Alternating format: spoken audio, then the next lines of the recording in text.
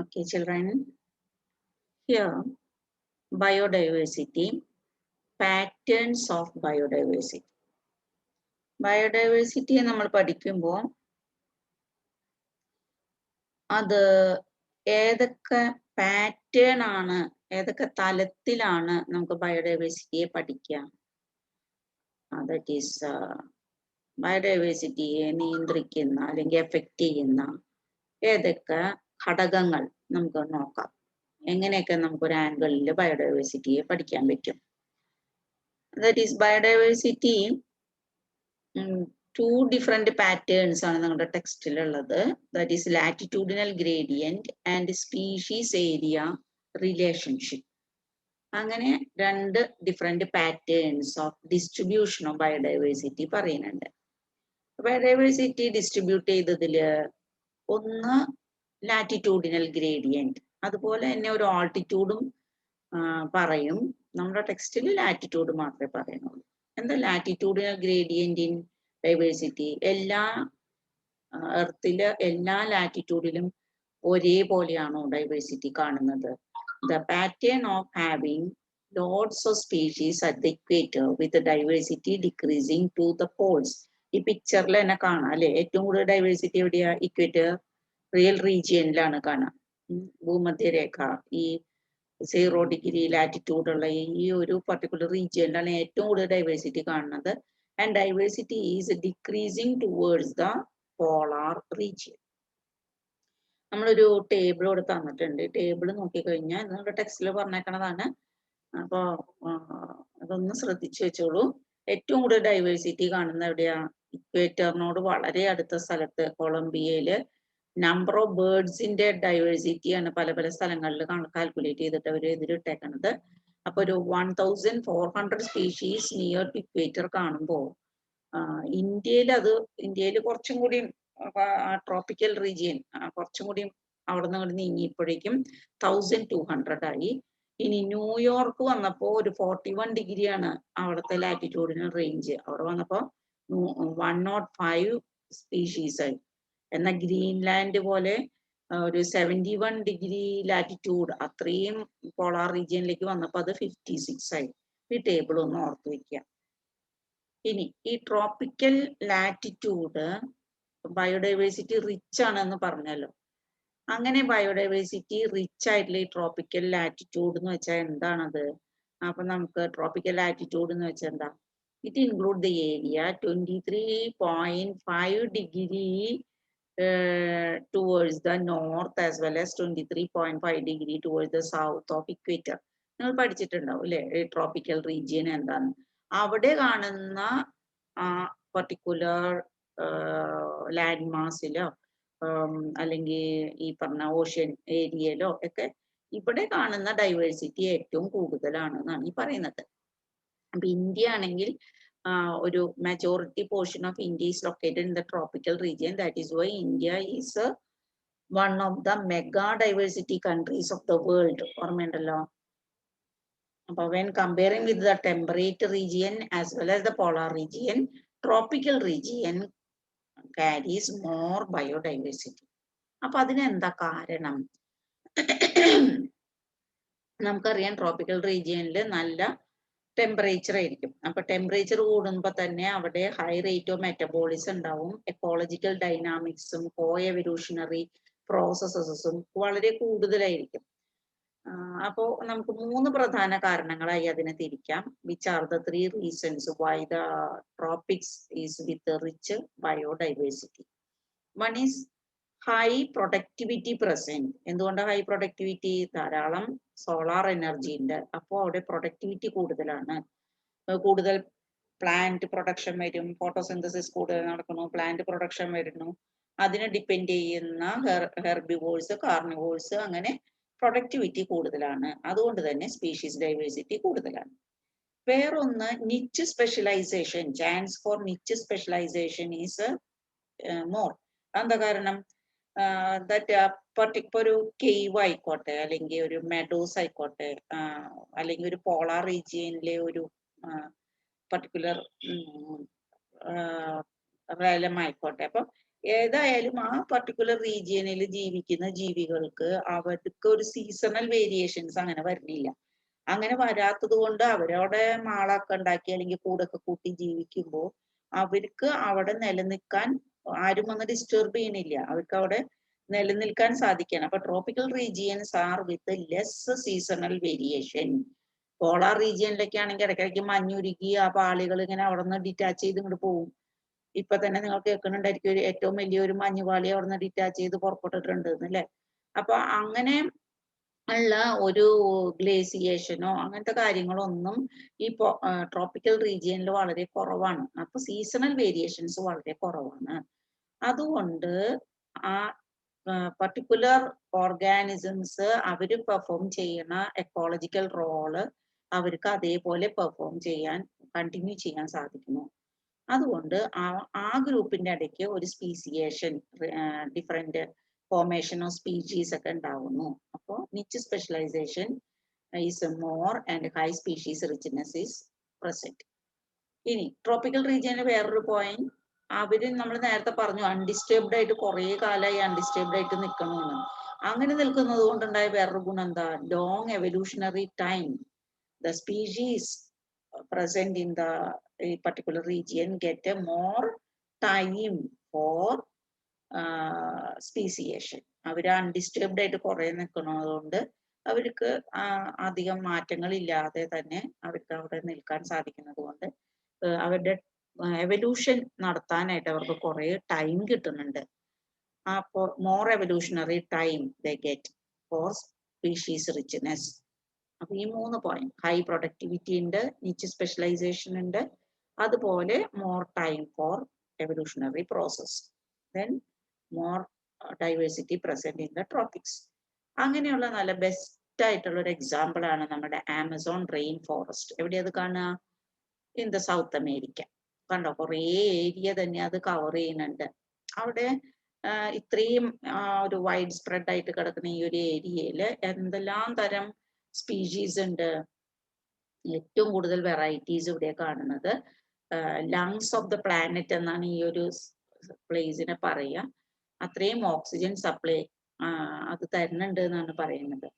അപ്പൊ അവിടെ എന്തൊക്കെ കാണും? 40,000 സ്പീഷീസ് ഓഫ് പ്ലാന്റ്സ് ഉണ്ട്, 3,000 fishes, 4 to 7 amphibians, 378 of reptiles and 1,300 of birds, 4 to 7 of mammals. ഇനി ഇൻവെർട്ടിബ്രേറ്റ് നോക്കിയാ 1,25,000 ഇൻസെക്ട്സ് ഇനിയും ഡിസ്കവർ ചെയ്യാനുണ്ട്. എല്ലാം ഡിസ്കവർ ചെയ്താൽ ഒരു 2 മില്യന്റെ അടുത്ത് ഉണ്ടാവും എന്നാണ് പറയുന്നത്. ഇതൊക്കെ കണ്ടുപിടിക്കുമ്പോഴേക്കും ഇതെല്ലാം നശിച്ചു പോയാൽ പിന്നെ നമുക്കൊന്നും പറയാനില്ല, കണ്ടുപിടിച്ച് കഴിഞ്ഞിട്ടില്ല. ഒരു എസ്റ്റിമേഷൻ ആണ് ഈ പറയുന്നത്. അതാണ് Amazon rain forest is a very good example for our greatest diversity present in the tropical region. വേറൊരു പാറ്റേൺ, വേറൊരു തരത്തിൽ നമ്മൾ ബയോഡൈവേഴ്സിറ്റിയെ പഠിക്കുന്നത് സ്പീഷീസ് ഏരിയ റിലേഷൻഷിപ്പ് വെച്ചിട്ടാണ്. അപ്പോ സ്പീഷീസ് ഏരിയ റിലേഷൻഷിപ്പ് ഏറ്റവും ഒരു oldest non pattern of biodiversity ആണ്. സ്ഥലത്തിനെ, അതായത് സ്പേസിനെ ഇൻക്ലൂഡ് ചെയ്തിട്ടുള്ള ഒരു ഡൈവേഴ്സിറ്റി പാറ്റേൺ ആണ്. അപ്പൊ ഇവിടെ പറയുന്നത്, ഇവിടെ നമ്മൾ നോക്കുകയാണ്, ഒരു വലിയൊരു കോൾപാടത്തിൽ പോയിട്ട് നമ്മൾ ഒരറ്റത്ത് നിന്ന് ആ വരണ്ട കൂടെ നടക്കുക നിൽക്കാം, എന്നിട്ട് ഏറ്റവും അപ്പുറത്തെ സൈഡിലേക്ക് എത്തണമെന്ന് വിചാരിക്കാം. അങ്ങനെ പോണ വഴിക്ക് നമ്മൾ എത്രത്തോളം സ്പീഷീസ് ഉണ്ട് ആ പർട്ടിക്കുലർ പാഡി ഫീൽഡിൽ, എത്ര ടൈപ്പ് സ്പീഷീസ് ഓഫ് ബേർഡ്സ് അവിടെ വന്നിട്ടുണ്ട് എന്ന് നമ്മൾ വെറുതെ ഒന്ന് കാൽക്കുലേറ്റ് ചെയ്യാന്ന് വിചാരിക്കും. അപ്പൊ നിങ്ങൾ ആദ്യത്തെ ഒരു 10 മീറ്റർ നടക്കുമ്പോൾ നിങ്ങൾക്ക് ഒരു 20 സ്പീഷീസിനെ കിട്ടിയിട്ടുണ്ട് എന്ന് വെക്കാം. അപ്പൊ വീണ്ടും ഒരു 20 നടക്കുമ്പോൾ നമ്മൾ വീണ്ടും ഒരു 40 എക്സ്പെക്ട് ചെയ്യും അല്ലെ. ഈ നിലയിലാണെങ്കിൽ നമ്മൾ ഇല്ല, പക്ഷെ നമ്മൾ ഒരു വീണ്ടും 22, 23 അങ്ങനെയൊക്കെ കാണുന്നത്. അങ്ങനെ അങ്ങനെ നമ്മൾ മുന്നോട്ട് നടക്കും തോറും നമ്മളുടെ സ്പീഷീസിന്റെ എണ്ണം മുമ്പത്തെ അത്രയ്ക്ക് അതേ റേറ്റിൽ കൂടിയോ ഇല്ല. അതുകൊണ്ട് ഈ റേറ്റ് ഇങ്ങനെ കുറേശ്ശെ ഒരു മോറോർലെസ് സ്റ്റേബിൾ ആയി വരികയാണ്. അതുകൊണ്ട് കുറച്ചൊന്ന് പൊന്തിയിട്ട് പിന്നെ സ്റ്റേബിൾ ആയി വരുന്ന ഈ ഒരു പർട്ടിക്കുലർ പാറ്റേൺ ഓഫ് ഗ്രാഫിന് റെക്ടാങ്കുലർ ഹൈപ്പർബോള എന്ന് പറയും. ഈ ഒരു ഇത് എത്തിക്കാനായിട്ട് S is equal to CA⁻Z എന്ന ഒരു ഇക്വേഷൻ ആണ് ഉപയോഗിക്കുന്നത്. That is S for species richness, A is area. that is species richness is increasing with the area, directly proportional with the area എന്ന ഒരു കാഴ്ചപ്പാടിലാണത്. അപ്പൊ അവിടെ കോൺസ്റ്റൻസും കൂടി ഉപയോഗിച്ചിട്ട് ഈ ഒരു ഇക്വേഷൻ വെച്ചിട്ടാണ് ഈ ഒരു ഗ്രാഫ് ഡെവലപ്പ് ചെയ്തിട്ടുള്ളത്. ഇത് അലക്സാണ്ടർ വോൺ ഹംബൾട്ട് എന്ന ഒരു നാച്ചുറലിസ്റ്റ്, ജർമ്മൻ നാച്ചുറലിസ്റ്റ് ആണ് the idea is provided species area relationship എന്ന ഒരു ഐഡിയ പ്രൊവൈഡ് ചെയ്തത് for the study of biodiversity. അപ്പോ അങ്ങനെ കമ്പയർ ചെയ്യുമ്പോൾ നമുക്ക് കിട്ടിയത് ഈ റെക്ടാങ്കുലർ ഹൈപ്പർബോളയിലെ ഇത് വെച്ചിട്ട് നമുക്ക് രണ്ട് പർട്ടിക്കുലർ, ഇപ്പൊ നമ്മള് വീടിന്റെ അടുത്തുള്ള പാഡി ഫീൽഡ് നോക്കി വേറൊരാളുടെ വീടിന്റെ അടുത്തുള്ള പാഡി ഫീൽഡിന്റെയും ബേർഡ്സിനെ നോക്കി, രണ്ട് കോൾപ്പാടത്തെ ബേർഡ്സിനെ നോക്കി എന്ന് വിചാരിക്കും. രണ്ട് നമ്മളെ അടയാളപ്പെടുത്തുമ്പോൾ ഏകദേശം ഒരേപോലെ തന്നെ ഇങ്ങനെ കേർവായിട്ട് കിടക്കും. അപ്പൊ നമുക്ക് അതിനെ കമ്പയർ ചെയ്യാൻ പറ്റൂ, ഏതിലാണ് കൂടുതൽ ബയോഡൈവേഴ്സിറ്റി എന്ന് കമ്പയർ ചെയ്യാൻ പറ്റൂ. നമുക്ക് ഇവിടെ കാണാം, ഇവിടെയുള്ള എല്ലാ പോയിന്റ്സും നമുക്ക് വളരെ ഇങ്ങനെ മെർജ് ചെയ്ത പോലെയാണ്, നമുക്ക് ഡിസ്റ്റിംഗ്വിഷ് ചെയ്യാൻ പറ്റുന്നില്ല അല്ലെ. അതുകൊണ്ട് അതിനെ എന്ത് ചെയ്തു, Alexander von Humboldt convert this curve into a straight line using an equation that log scale, ഒരു സ്ട്രെയിറ്റ് ലൈൻ ഇക്വേഷൻ വെച്ചിട്ട് log s equals log c plus z log a അങ്ങനെ അതിനെ കൺവേർട്ട് ചെയ്ത് ഒരു ലോഗ് സ്കെയിലിലേക്ക് അതിനെ കൺവേർട്ട് ചെയ്തപ്പോൾ ഒരു linear pattern കിട്ടി. അപ്പൊ ഇവിടെ ഉപയോഗിച്ച ഇക്വേഷൻ ഏതാണെന്നും അതിലുള്ള ആ പോയിന്റ്സ് ഓരോന്നും എന്താണ് എന്നും ചിലപ്പോൾ എക്സാമിന് ചോദിക്കാം, ഒന്ന് ഓർത്ത് വെച്ചോളൂ. S for species richness and A area and C Y intercept and Z is the slope of the line. അതൊന്ന് ഓർത്ത് വെച്ചോളൂ കേട്ടോ. ഇനി ഒന്നുകൂടി നമുക്കൊന്ന് നോക്കാം, അതിന്റെ ഇന്റർപ്രിട്ടേഷൻ കൂടി നോക്കാം. ഇപ്പൊ ലോഗരിതമിക് സ്കെയിലില് ഒരു റിലേഷൻഷിപ്പ് ഒരു സ്ട്രെയിറ്റ് ലൈൻ ആക്കി മാറ്റിയിട്ടുണ്ട്.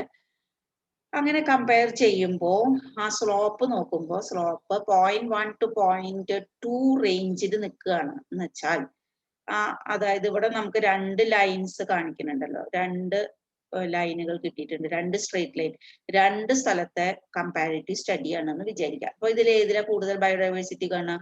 സ്ലോപ്പ് കൂടുതലുള്ളതിലാണ് ബയോഡൈവേഴ്സിറ്റി കൂടുതൽ കാണുക അല്ലെ.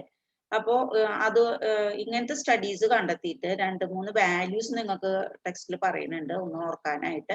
0.1 to 0.2 Z വാല്യൂ വന്നേക്കണ ടാക്സോ study irrespective of taxonomic group, it is similar 0.1 to 0.2 in these regions about these taxa. ഏത് റീജിയൻ ആയിക്കോട്ടെ, ഏത് ടാക്സ് ആയിക്കോട്ടെ, for a limited area, if the study is conducted on a small area, that value always will be 0.1 to 0.2 എന്നാണ് കണ്ടെത്തിയത്. എന്നാൽ കുറേ അധികം area, അതായത് ഡിഫറെന്റ് കോണ്ടിനെന്റ്സ് മുഴുവനായിട്ട് എടുത്തിട്ട് ഒരു കുറേ ഏരിയയിലായിട്ടാണ് സ്റ്റഡി നടത്തണമെങ്കിൽ ആ ഇസഡ് വാല്യൂ സ്ലോപ്പ് 0.6 to 1.2 വരെ എന്നത് കണ്ടിട്ടുണ്ട്.